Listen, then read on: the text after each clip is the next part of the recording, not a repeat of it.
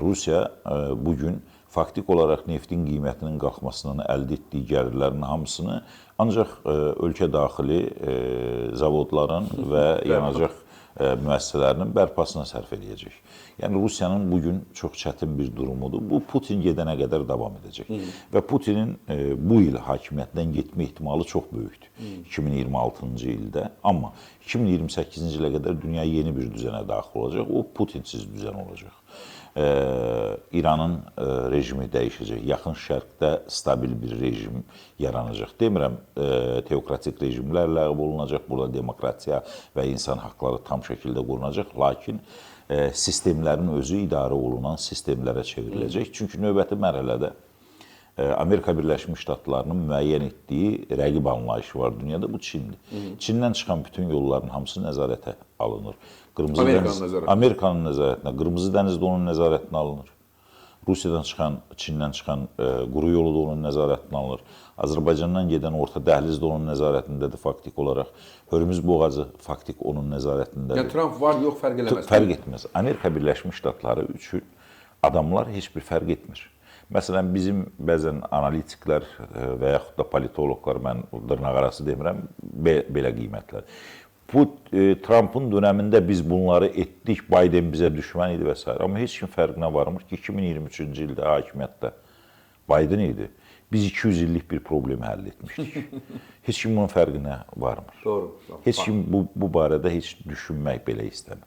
Amerika Birləşmiş Ştatlarının bir siyasəti var. Bu siyasət böyük güclər daxilində mövqələrini möhkəmlətmək və nəzarət funksiyasını həyata keçirmək üçündür. Bunun üçün istəyir Trump olsun, istəyir Biden olsun, istəyir lap gedib Carteri və yaxud da Roosevelt'i gətirsinlər, fərqi yoxdur. Siyasət dəyişməyəcək. Amerikada dövlət var və dövlətin strategiyası var.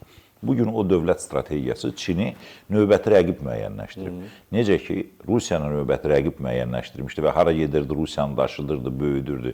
Gəldi funksiyalarını bitirdi. Funksiyanı bitirəndə Putinə deyir ki, sən artıq buradan o tərəfə böyüyə bilməzsən, buradan o tərəfə gedə bilməzsən. Bundan sonraki mərhələdə artıq Amerika Birləşmiş Ştatlarının dediyi siyasət olacaq. İndi Çin üçün həmin mərhələ durur. O mərhələ... Şimdi bu halı Amerika gətirib çıxardır. Bəli. Yəni, qüdrətini... Amerikanın, diqqət etsəniz, sizin efirdə elə sizlə demişdim mən o fikirdə, Çinin bütün iri şirkətlərinin hamısı Amerika Birləşmiş Ştatlarının şirkətləridir. Və bugün Çin Amerika Birləşmiş Ştatlarının ticarət dövriyyəsində ən böyük tərəfdaşıdır.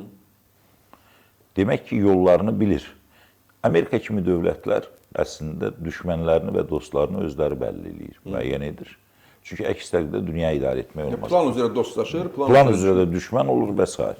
Avropa Birliyi bu istiqamətdə fərqli bir siyasət yürütməyə çalışırdı. Özəlliklə bilirsiniz ki, Fransa və Almaniya Avropa Birliyini müstəqil güc mərkəzinə çevirmək istəyirdi. Amma Amerika Birləşmiş Ştatları buna doğru xeyli çaba sərf etdi. Yaxın Şərqdəki Ərəb baharını biz diqqət etsək, Fələstində 2006-cı ildə Həməsin hakimiyyətə gəlməsinə diqqət etsək və s. Bütün bunların hamısı hardan başladı?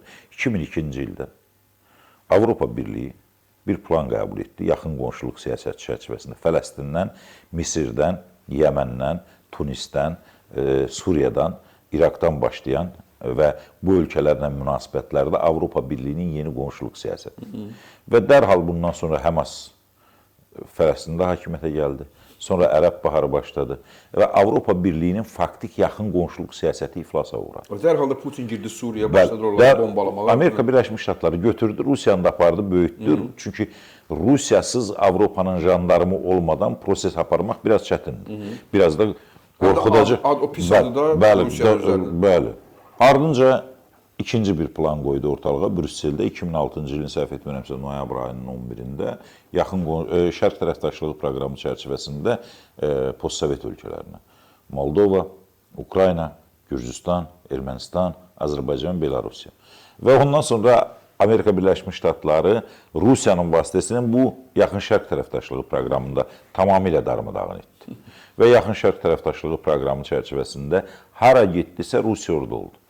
Gürcüstana gəldi, Moldovaya gəldi, əlavə qüvvələri yerləşdirdi. Gürcüstanda Abxaziya və Osetiyanı, Cənubi Osetiyanı işğal etdi. Ukraynada Krımı işğal etdi və ardınca Donbas, Luqansk və digər bölgələr üçün gəldi. Ermənistanda hakimiyyət dəyişdirildi və yeni bir sistem başladı. Orada da Avropanın yeri gəlmişkən çox böyük rol oldu. Elə bugün Avropa parlamentində qəbul etdiyi bir qətnamə ilə bağlı və o cümlədən Azərbaycan parlamentində bununla bağlı qəbul etdiyi qətnamə ilə bağlı fikirlərimi deyəcəm.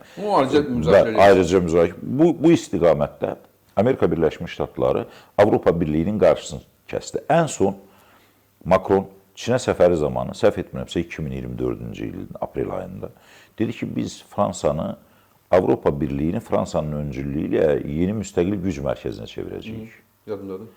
Və ardınca Fransa koloniyalarında, Afrikada üsyanlar başladı. Amma onu Azərbaycandan görürdülər axı. Yox, qətiyyən. O ümumi Çünki Makron da Azərbaycandan çəkdi. Çəkdi, amma Bizə deyirlər gündəsən sən. Yox, o bizlik bir məsələ deyildi. Qırmızı dəniz dərhal nəzarətə götürüldü. Qırmızı dənizdən keçən yüklərin böyük əksəriyyəti Avropaya gəlirdi. Və bəli. Demək, bütün bunların hamısından sonra Avropaya Trump hakimiyyəti və Amerika Birləşmiş Ştatları qəbul etdirdi ki, sən bizim yaxşı dostumuzsan, yaxşı qardaşımızsan, amma bizdən sonra dayanacaqsan. Qarşımızda dayanmayacaqsan və bizlə bərabər dayanmayacaqsan. Özəlliklə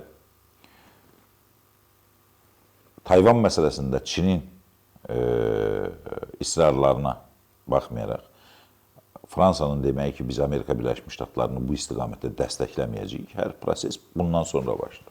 İndi Amerika Birləşmiş Ştatlarının dünyada, o cümlədən yaxın şərqdə apardığı proses Çinə qarşıdır. Ondan sonra Venezuela əməliyyatı keçirildi. Niyə?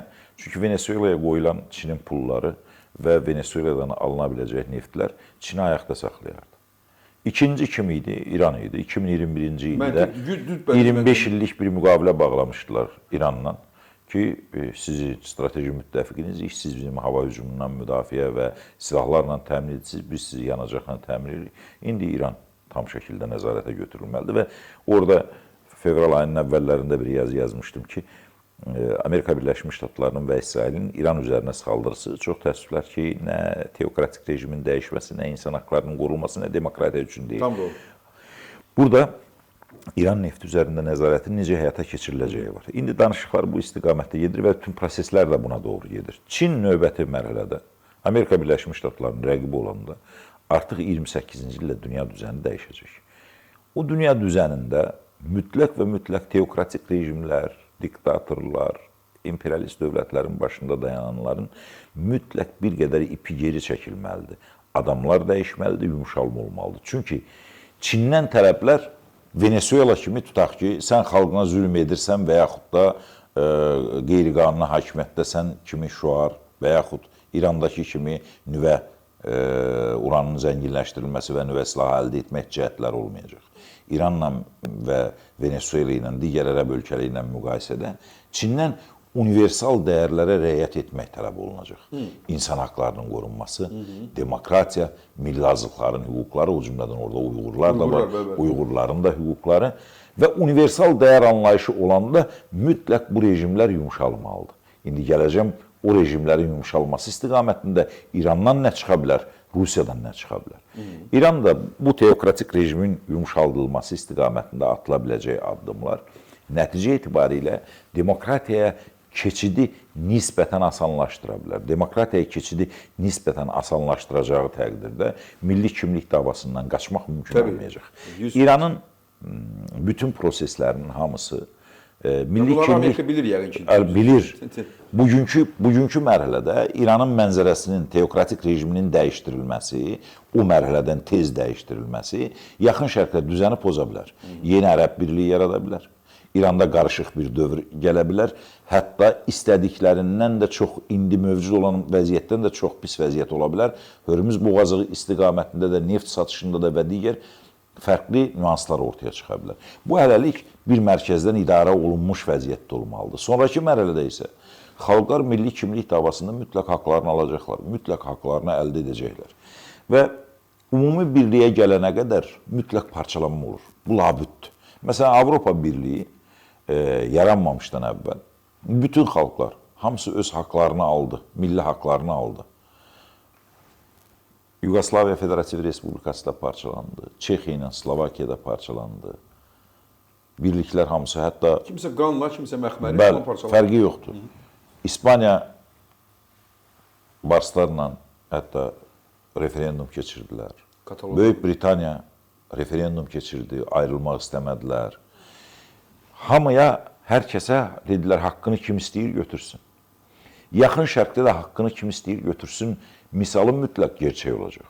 Orada Kərkük türkmənləri var, orada Güney Azərbaycanın var, orada Kürdlər var, orada Bəluclar var və s. Bu imperializmin əsas, Amma bizdə var.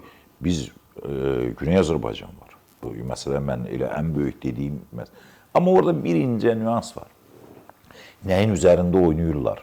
Güney Azərbaycan və bu coğrafiyada milli kimlik davasına qədər. Bütün savaşlar onun üzərindədir. Bütün savaşlar və razı olmamalar, iri dövlətlərin, ayrı-ayrı dövlətlərin də bu istiqamətdə prosesə girməsinin bircə səbəbi var. Kərkük Güney Azərbaycandır. Deyirəm ki, vali təbrik edirik. Bəli. Məhəmməd qardaşımız orada Mən vali də seçilib. təbrik edirəm. Bizim çox Bəli. böyük orada uğurumuz var.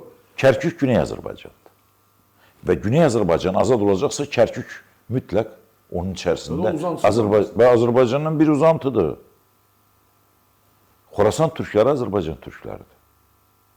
Elə bil Gədəbəy türkü ya Bakı türkü. Hamımız bəli. Qaşqayı türkləri onun kimi.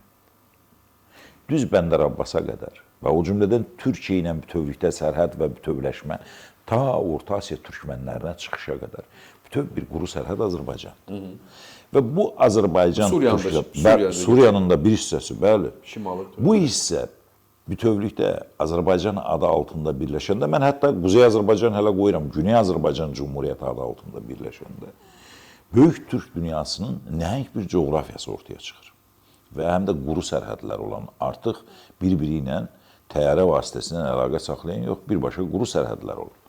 Bax, bugün Türkiyə və türk düşmənçiliyinin kökündə dayanan və bu prosesləri yaxın şərqdə hələ gerçək adı ilə olmamasına səbəb budur. Yoxsa bu istiqamətdə çoxdan razılaşardılar. Orada Kürdlərin böyük problemləri yaranır. Orada İsrailin də problemi yarana bilir. Orada Ərəb ölkələrinin də problemi yarana bilir, digərlərinin də.